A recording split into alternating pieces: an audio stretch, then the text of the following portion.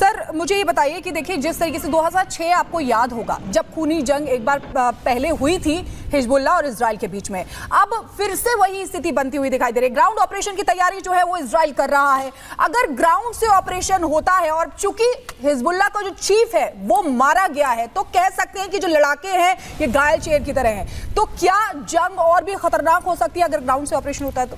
ये जंग और भी खतरनाक बनने वाला है और भी भयंकर बनने वाला है, क्योंकि आईडीएफ ने अपनी 3 डिवीजन्स, एक डिवीजन में सपोर्ट आर्टिलरी सपोर्ट टैंक मिलाकर 10,000 ट्रुप्स होते हैं, तो 30,000 ट्रुप्स को आईडीएफ ने उत्तरी बॉर्डर में अब डिप्लॉय कर दिया है।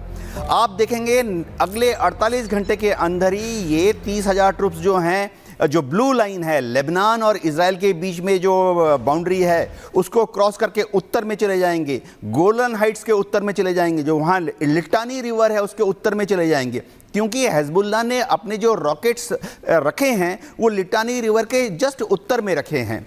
एक और चीज़, जैसे हम जानते हैं कि 1982 में जब बेका वैली में ऑपरेशन किया था तब आईडीएफ जो है बेका वैली तक पहुंच गई थी, जो कि बेरूत के पूर्व में है। इसी तरह से 2006 में आईडीएफ आगे बढ़ते बढ़ते बेरूत तक पहुंच गई थी। इस बार भी ऐसे होने वाला है। 3 एक्सिस ऑफ एडवांस हैं। एक एक्सिस ऑफ एडवांस आईडीएफ का रहेगा, रोड जो है वो जाती है बेरूत की तरफ, एक एक्सिस ऑफ एडवांस है रोड वो जाती है बेका वैली की तरफ, और तीसरी एक्सिस ऑफ एडवांस वो जाती है गोलन हाइट से सीरिया की तरफ। ये समझना पड़ेगा कि सीरिया से भी काफ़ी लड़ाके और अम्यूनिशन जो हैं वो हिजबुल्लाह के लिए लगातार सप्लाई हो रहे हैं। तो आईडीएफ ने अगले 48 घंटे में ही इन 3 एक्सिस ऑफ एडवांस में बढ़कर ये सुनिश्चित करना है कि हिजबुल्लाह का जो last command and control post है, उन्होंने जहां जहां अपने अंडरग्राउंड स्टोरेज बंकर्स बनाए हुए हैं, जहां जहां पर उनके लीडर्स छुपे हुए हैं, उनके घरों को ढूंढकर नेस्तनाबूद करना है। इस बार जमीन से 70% हिजबुल्लाह जो है वो हवा से नष्ट होगी, लेकिन जो बचे खुचे 30% हिजबुल्लाह है वो जमीनी हमले पर नष्ट किए जाएंगे। लेकिन रॉबिन सचदेवा जी, सवाल दरअसल ये भी है कि क्या एक और गल्फ वॉर जो है वो करीब है, और सवाल दरअसल ये भी कि क्या अब अगला टारगेट खामनेई है, ईरान है?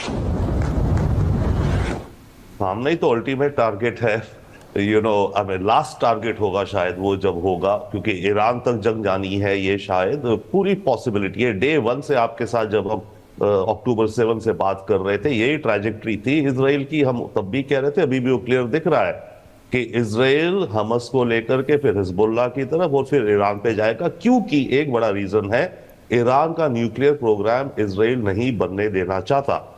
ओके, और ईरान मात्र कुछ महीनों दूर है अपने फाइनल एनरिचमेंट के लिए 90% यूरेनियम, जो कि पिछले साल भी कहा जा रहा था कुछ महीने, तो तब से अब से तो और ज्यादा हो गया होगा निकट, राइट? तो ये जंग उस पथ पे बिल्कुल जाएगी without doubt, that is one. Secondly yes, जो ईरान के साथ अगर जो भी कॉन्फ्लिक्ट होगा वो तो मोस्टली सारा ही एक्चुअली एयर से होगा ना, air force and missile attacks. Iran के पास, जैसे सब डिस्कस करते हैं, ईरान और इजराइल आपस में बहुत दूर हैं दोनों, तो लैंड वॉर तो होगी इन दोनों देशों के बीच में।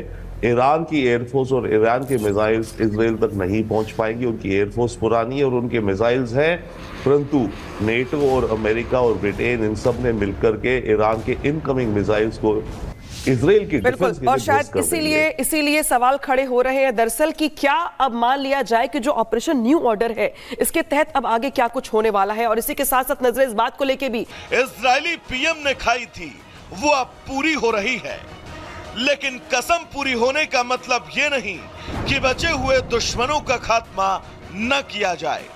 इजराइल ने हिजबुल्लाह पर हमलों का दौर रविवार को भी जारी रखा। बेरूत में तो एक के बाद एक हिजबुल्लाह के कई कमांडर ढेर होते जा रहे हैं। हालांकि इस बीच इजराइल के हमलों का जवाब देने की कोशिश लेबनान की ओर से भी जारी है। 1 घंटे में लेबनान ने उत्तरी इजराइल पर लगभग 35 रॉकेट दागे। गैलिली इलाके की ओर भी करीब 10 रॉकेट दागे गए।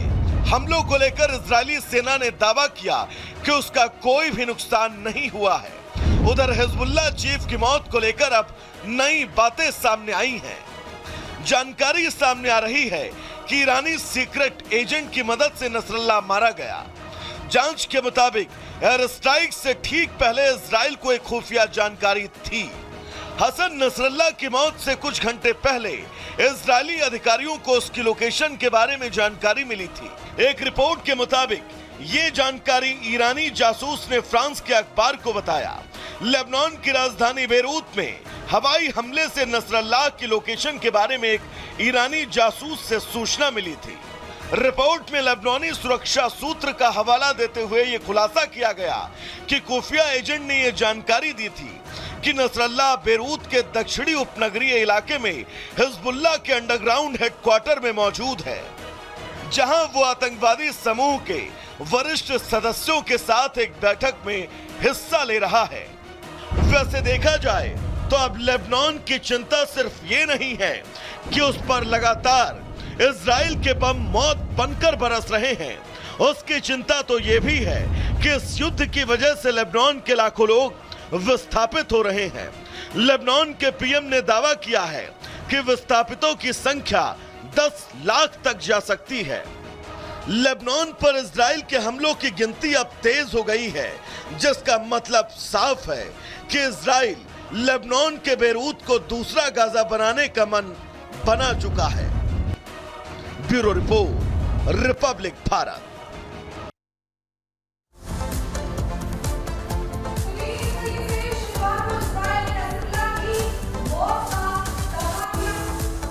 तो इजराइल का ये बड़ा हमला है जहां पर हूती दहल गया है, क्योंकि जिस तरीके से जो इलाके थे हूती विद्रोहियों के, उसको टारगेट करते हुए इजराइल की ओर से, आईडीएफ की ओर से यहां पर बमबारी की गई। और जो तस्वीर दिखा रहे हैं आपको, हम उसी बमबारी की है जिस तरीके से जो हूती विद्रोहियों का ठिकाना था वो दहल गया। काले धुएं का गुबार नजर आया आसमान में। तो देखिए किस तरीके से शनिवार को इजराइल ने नसरुल्लाह की मौत का दावा किया, ये आपको बता रहे हैं। किस तरीके से बेरूत में ये भीषण हमला इजराइल की तरफ से किया गया था।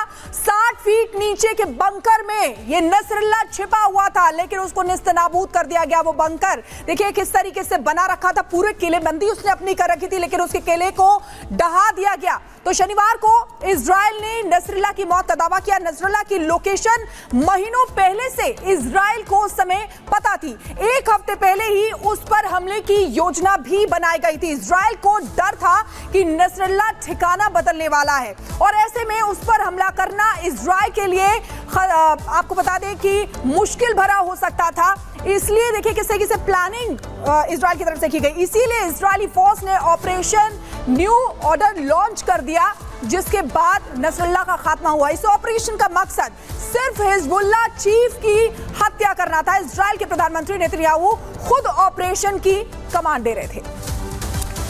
तो क्या पश्चिम देशों में वर्ल्ड जो है वॉर करीब आ गया है? क्योंकि जिस तरीके से उथल पुथल मची हुई है, ये अपने आप में सवाल खड़ा हो रहा है। इसी पे करेंगे हम बड़ी चर्चा। हमारे साथ जुड़ रहे कई खास मेहमान, पहले परिचय करवा दे आपसे। हमारे साथ जुड़ रहे मेजर जनरल संजय सोई जी, डिफेंस एक्सपर्ट। इसके अलावा हमारे साथ जुड़ रहे defence expert wing commander Praful Bakshi ji, साथ group captain UK Devnath ji. शुरुआत संजय सोई जी में आपसे करते हुए, जिस तरीके से हालात दिखाई दे रहे हैं, ये वो देश है या वो इलाके, ये वो संगठन है जिन्होंने मदद की थी हमास की, और एक एक करके अब जो आईडीएफ के ठिकाने हैं, जो टारगेट है उनका, वो वही संगठन है जहां पे पहले मदद की गई हमास की।